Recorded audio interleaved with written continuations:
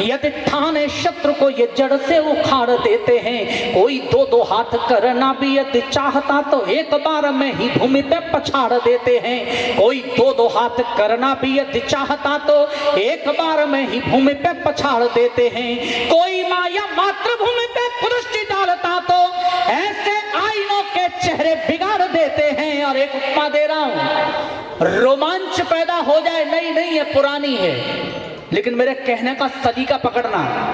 रोमांच पैदा हो तो तालियों का महोत्सव करना कि कोई माया मातृभूमि पे दृष्टि डालता तो ऐसे आईनों के चेहरे बिगाड़ देते हैं। वंशज भरत के हैं, सामने हो सिंह के भी, खेल खेल में ही जबड़े को फाड़ देते हैं। जिंदाबाद, जय जयकार। कि वंशज भरत के हैं, सामने हो सिंह के भी, खेल खेल में ही जबड़े को फाड़ देते हैं। वार करते हुए आतंकी जान लेते, काश भारतीय लहू की रवानी जाग जाती है। अमेरिका आज तक तनाव में है। अभिनंदन, अगर आपको याद हो, अमेरिका आज तक तनाव है कि हिंदुस्तान के 60 साल पुराने विमान ने हमारा अत्याधुनिक विमान मार कैसे दिया। और मैं कहता हूं कोई सी विमान ने कोई विमान नहीं मारा दोस्तों, ये हिंदुस्तान के हौसले ने मारा था। क्या बात है, वाह। और तब कहा था मैंने, साहस संयम शौर्य सजगता का शत शत वंदन है। साहस संयम शौर्य सजगता का शत शत वंदन है। भारत मां के नंदन अभिनंदन का अभिनंदन है।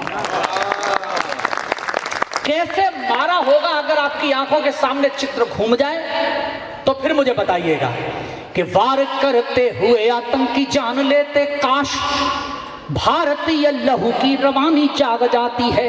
आतुर जो मातृभूमि पे चढ़ाने शीश, क्रांतिकारियों के शौर्य की कहानी जाग जाती है। आतुर जो मातृभूमि पे चढ़ाने शीश, क्रांतिकारियों के शौर्य की कहानी जाग जाती है। यदि भारतीय अस्मिता पे आँच आने लगे, पौरुष की आनत स्वाभिमानी जाग जाती है। शत्रु हो समक्ष युद्ध कौशल में दक्ष, तब सैनिकों के वक्ष में भवानी जाग जाती है। कि शत्रु हो समक्ष युद्ध कौशल में दक्ष, तब सैनिकों के वक्ष में भवानी जाग जाती है। और इसलिए बोलता हूं, भारती के शेरों शांति व्रत तोड़ दीजिएगा, शत्रु के लिए विनाशकारी बन जाइए। भारती के शेरों शांति व्रत तोड़ दीजिएगा, शत्रु के लिए विनाशकारी बन जाइए। बाली दूसरों का हक छीनने की ताक में है, आप श्री राम से शिकारी बन जाइए। बाली दूसरों का हक छीनने की ताक में है, आप श्री राम से शिकारी बन जाइए। गांधी के अहिंसावादी मूल्य मानिएगा, किंतु बोस जैसे क्रांति के पुजारी बन जाइए। और एक चरित्र मांगता हूं, 64 जानते हैं आप कृष्ण के, मैं केवल एक चरित्र मांगता हूं, समर्थन करें तो बताना कि गांधी के अहिंसावादी मूल्य मानिएगा, किंतु बोस जैसे क्रांति के पुजारी बन जाइए। देश को है श्याम आज बांसुरी की चाह नहीं, वक्त चाहता है चक्रधारी बन जाइए। कि देश को है श्याम आज बांसुरी की चाह नहीं, वक्त चाहता है चक्रधारी बन जाइए। आइएगा, जो मैंने आपसे बोला था कि मैं आपको कुछ ऐसा सुनाने वाला हूं जो हिंदी साहित्य में, हिंदी लिटरेचर में नहीं होगा। मैं समर्पित कर रहा हूं आर्यवर्त परिवार के लिए, समाचार पत्र परिवार के लिए और सबके लिए। छंदबद्ध जितनी रचनाएं होती हैं उसमें तुकांत प्रयोग होता है, उर्दू में जिसे काफिया बोलते हैं, जो लगातार बदलता रहता है। छंद मैंने पहली बार प्रयोग किया, मैं तुकांत नहीं बदल रहा हूं। एक शब्द का तुकांत है, पंक्ति के क्रम के आधार पर मैंने उसकी संख्या बढ़ाई है। यानी पहली पंक्ति में शब्द एक बार है, दूसरे में लगातार 2 बार है, तीसरे में लगातार 3 बार है, चौथी में लगातार 4 बार। जीवन कैसा जीना चाहिए, इस पर मैंने यह छंद बांधा है। योगेश्वर कृष्ण के 64 में से 2 सर्वाधिक प्रचलित हैं। एक बंसी वाले का यानी प्रेम का, और एक चक्रधारी का यानी कि युद्ध का।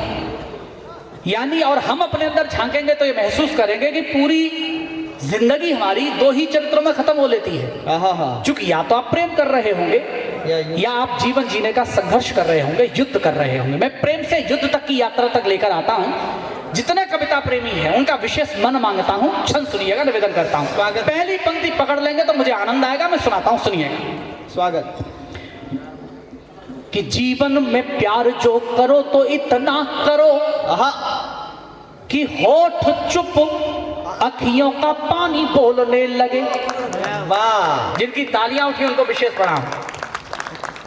संकोच मत करो, बजानी है तो बजा लो। एक चीज बस याद रख, सुन लो, एक चीज याद रखना,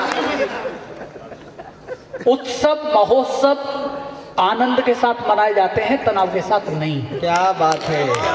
और अगर आप इस उत्सव को महोत्सव में बदल रहे हैं तो सबकी सहभागिता होनी चाहिए। पंक्ति सुनिए। स्वागत। कि जीवन में प्यार जो करो तो इतना करो। ये पता क्या स्थिति है कि बच्चे को देखने के बाद जेब में हाथ डाला, वो सोच रहा है पैसे निकालेंगे, आपने हाथ झाड़ दिए। ये मत करिए, मतलब बात ये है, सुनिए, कि जीवन में प्यार, देखिए क्या ये सारे कर्मकांड मेरे को आते हैं, लेकिन मैंने ये समझा कि अनूपपुर वाले बहुत अच्छे श्रोता हैं, तो मैं आपको शुद्ध कविता सुना रहा हूँ। आप ही मेरा भ्रम बनाए रखिए जिस हिसाब से कि जीवन है। हाँ, जीवन। तुम हिसाब मत लगाओ यार, बनिए होता है, हिसाब ही लगाओगे उसमें। अब देखो, पहले सुनिए, ये वो हैं जो रात के 9 बजे भी नीट पानी लेके आए हैं। इनसे कह रहे हैं कि रम बनाए रखें। जीवन में प्यार जो करो तो इतना करो कि होठ चुप अखियों का पानी बोलने लगे। निकलो समाज की भलाई के निमित्त ऐसे, सच में बुराई पानी पानी बोलने लगे। वाह।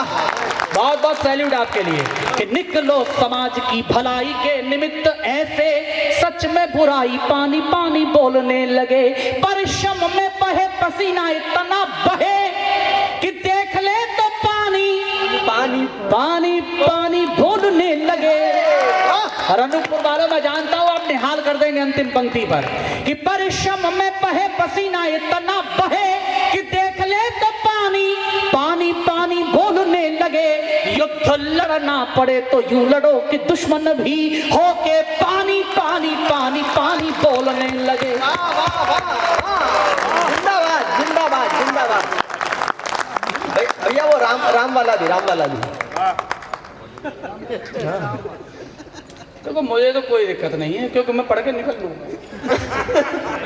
नहीं, अब मेरे भाई ने कहा है, इसमें राम पर 2 छंद हैं, वो मैं अगर आप चाहें तो तालियों के साथ बता देंगे तो सुना दूंगा। प्रयोग यही है, लेकिन सुनिए आप कि युद्ध लड़ना पड़े तो यूं लड़ो कि दुश्मन भी। असल में क्या है कि बहुत सारे कवि होते हैं, समय कम होता है तो समस्या यही समझ नहीं आता कि क्या सुनाना और क्या छोड़ना है। पंक्ति सुनिए, पंक्तियां सुनिए, आपको राम पर सुनाता हूं, सुने। हम क्या चाहते हैं, आप हम सब क्या चाहते हैं कि सात्विक विचार व्यवहार में उतारें आप, जीवन में जिए कुछ राम की परंपरा। प्रयोग यही है, सुनिए कि सात्विक विचार व्यवहार में उतारें आप, जीवन में जिए कुछ राम की परंपरा।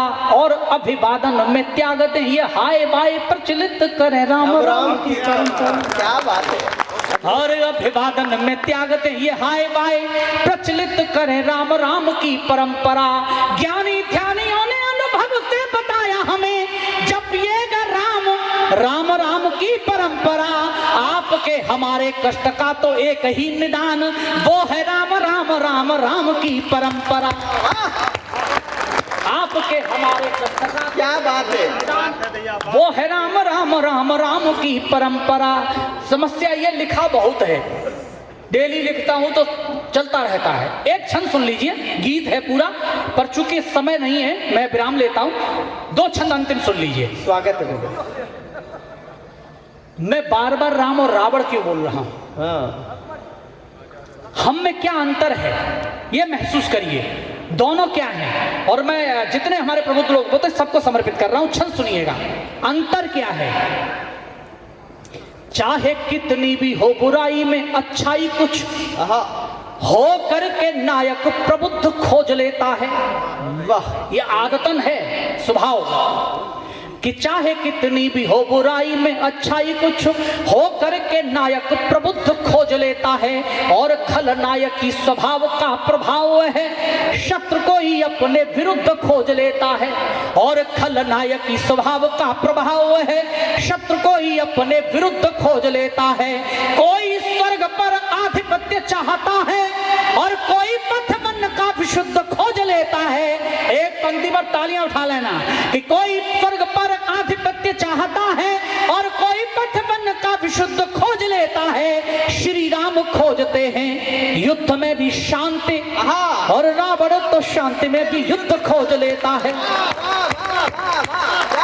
श्री राम युद्ध में भी शांति और रावण तो शांति में भी युद्ध खोज लेता है। अच्छा लगा आपको?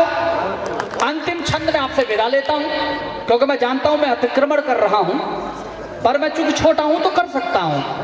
हमें बचपन से पढ़ाया गया क्षमा बड़े को चाहिए, छोटे को उत्पात। हम उत्पात कर लेते हैं, अब क्षमा बड़े न कर पाए तो ये समझिए। लेकिन अंतिम छंद सुन लीजिए। हमें आज तक पढ़ाया गया कि 1962 के युद्ध में हम चीन से हारे, यही पढ़ाया गया। लेकिन एक जानकारी मैं आपको देता हूं, आपको पता है अनूपपुर वालों तो 1000 सैल्यूट आपके लिए।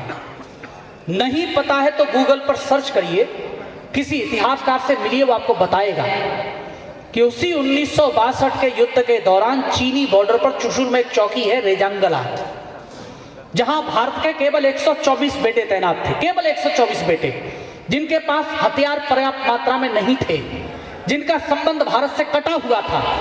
और चीन ने नियम के विरुद्ध 3000 सैनिकों के साथ सुबह 4 बजे उस चौकी पर हमला कर दिया।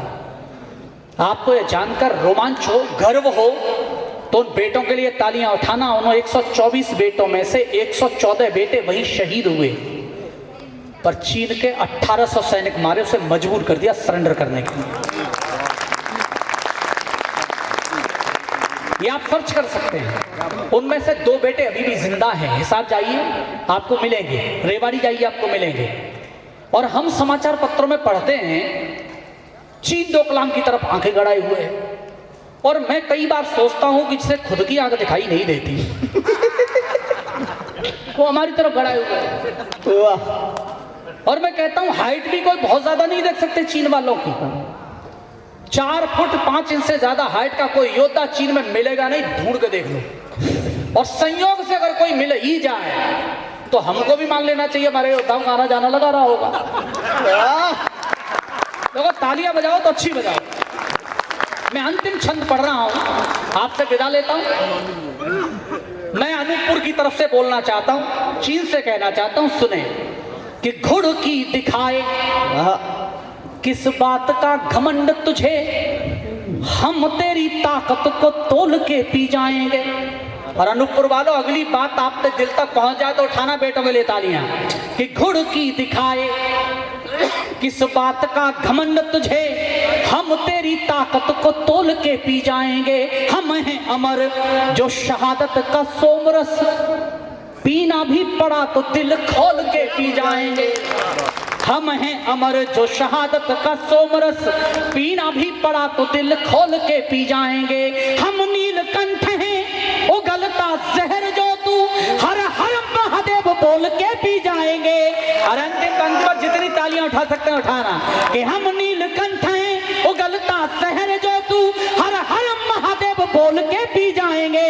भारत से कभी टकराना नहीं चीन, यहाँ चाय वाले हैं जो चीनी खोल के पी जाएंगे।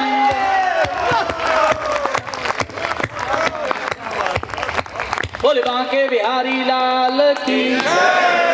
कितने अच्छे लोग हैं आप, जो कह दो। अगली बार कथा करेंगे अपन लोग मिलकर। आइए